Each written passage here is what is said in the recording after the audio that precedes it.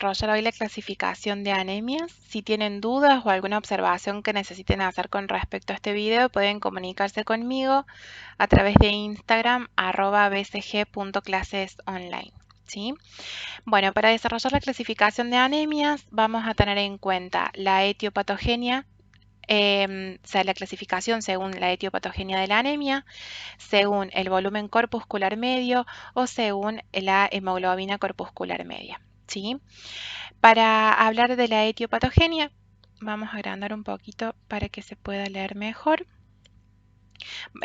Según la etiopatogenia vamos a tener dos grandes grupos. ¿Sí?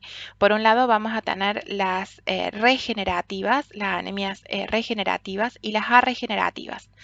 Las regenerativas son aquellas en las que la médula ósea está sana, ¿sí? Está sana, es eficiente. Mientras que en las arregenerativas vamos a tener algún tipo de patología de la médula ósea, ¿sí? Muy bien. Con respecto a las regenerativas, vamos a agrandar un poquito más para que sea legible. Con respecto a las regenerativas, ¿qué nos puede generar esta anemia en donde la médula ósea está funcionando bien?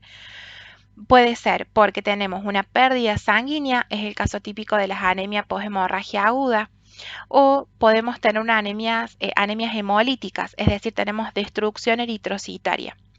¿Qué me puede provocar a mí esta destrucción eritrocitaria? Puede ser por dos grandes factores principalmente. Por un lado, porque tenemos algún tipo de patología o algún tipo de alteración en ese glóbulo rojo que lo va a llevar a que se lise, o podemos tener agentes externos que hagan que ese eritrocito se destruya, ¿sí?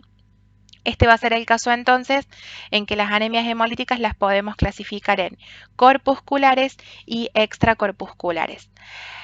Las corpusculares entonces son estas patologías que podemos tener en la propia célula del eritrocito que lo va a llevar a la destrucción.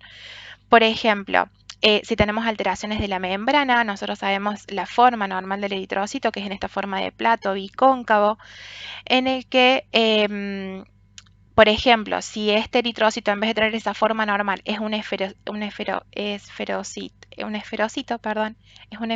tiene forma esférica, este esferocito cuando quiera pasar por los capilares más pequeños no va a poder pasar y se va a terminar rompiendo, ¿sí? Ese podría ser un motivo, por ejemplo, en una alteración de membrana, una alteración de la forma.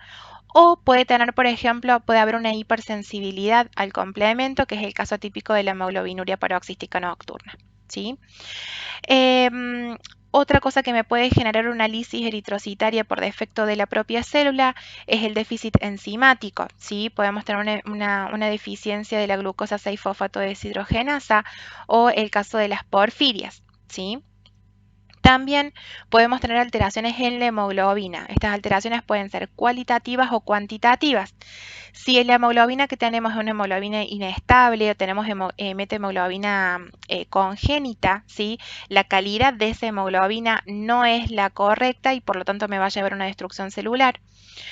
O puede ser cuantitativa. Sabemos de que las cadenas de hemoglobina son 4, ¿sí? Tienen un orden específico y por ahí si ese orden se altera o la cantidad de cadenas se altera, es el caso, por ejemplo, de las talasemias, ¿sí? Nos va a llevar también a una hemólisis, ¿sí? En el caso de las extracorpusculares, dijimos son agentes externos que van a provocarme esa lisis eritrocitaria. Por ejemplo, agentes tóxicos como químicos o venenos de serpientes, parásitos, bacterias en el caso de agentes infecciosos, causas mecánicas en caso de los pacientes que tienen colocada una válvula protésica vascular o que padecen de microangiopatías, ¿sí?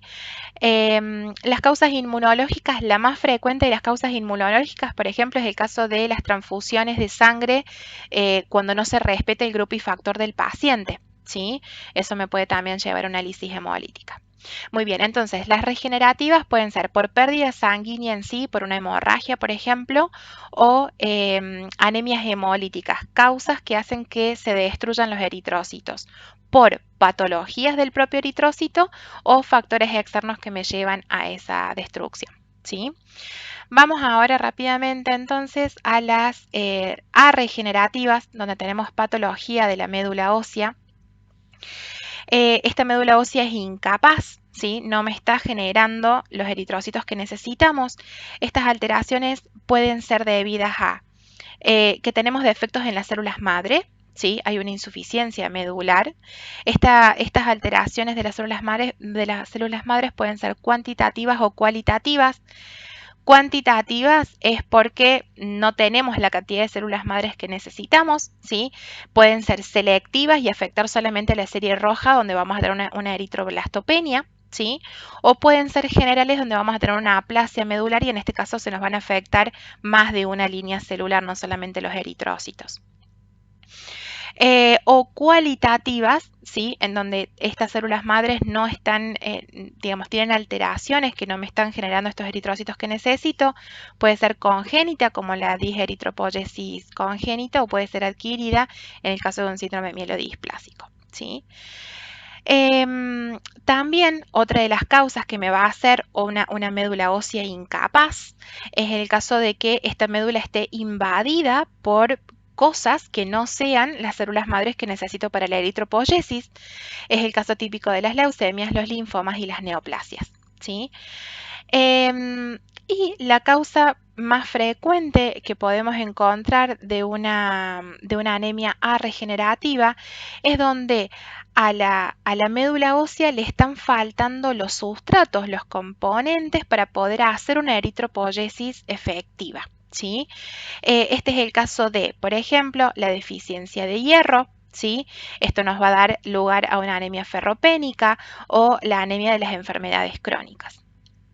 También podemos tener déficit de vitaminas, la B2 y la B9, ¿sí? La B9, recuerden, es el ácido fólico. En este caso nos van a dar anemias megaloblásticas. Y por último, también podemos tener deficiencias de hormonas, ¿sí? Hormonas que esto me va a llevar a una alteración en la producción de la médula ósea. Es el caso, por ejemplo, del déficit de la eritropoyetina o enfermedades sistémicas endocrinas, ¿sí? Como es el hipotiroidismo, el hipogonadismo, el hipocorticismo, que me van a llevar a estas patologías, ¿sí? Bien. Vamos a ir ahora rápidamente y ya para finalizar a la clasificación que hacemos según los resultados que obtenemos del citológico, ¿sí? En este caso podemos clasificar las anemias según el volumen corpuscular medio y según la hemoglobina corpuscular media. Según el volumen corpuscular medio significa tamaño, ¿sí? Es el tamaño del eritrocito en el que yo lo puedo clasificar como que la anemia sea normocítica, es una anemia que me mantiene el tamaño normal del eritrocito. Acá yo les resalté en cada uno de los grupos cuál es la más representativa de cada grupo, ¿sí? De estas anemias. En el caso de las normocíticas, la anemia de las enfermedades crónicas es típico de esto. Ojo con esto, que las anemias de las enfermedades crónicas en general es normocítica, pero puede ser hipocrómica, ¿sí? No es exclusiva de este grupo. Acá el tema de los tamaños en general, digamos, no es algo estático, ¿sí? Pero a fines didácticos y para que podamos entender esto, la anemia de las enfermedades crónicas en general es un ejemplo de una anemia normocítica. Una microcítica, es decir, el eritrocito es más pequeño de lo que debería ser, es el ejemplo típico de las anemias ferropénicas, ¿sí? También otros ejemplos pueden ser las talasemias o la anemia sideroblástica.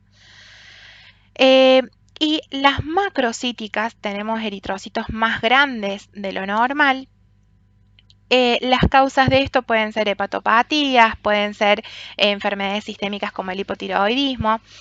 Y el más representativo de este grupo de las anemias macrocíticas es el déficit de vitaminas B12 o B9. ¿Sí?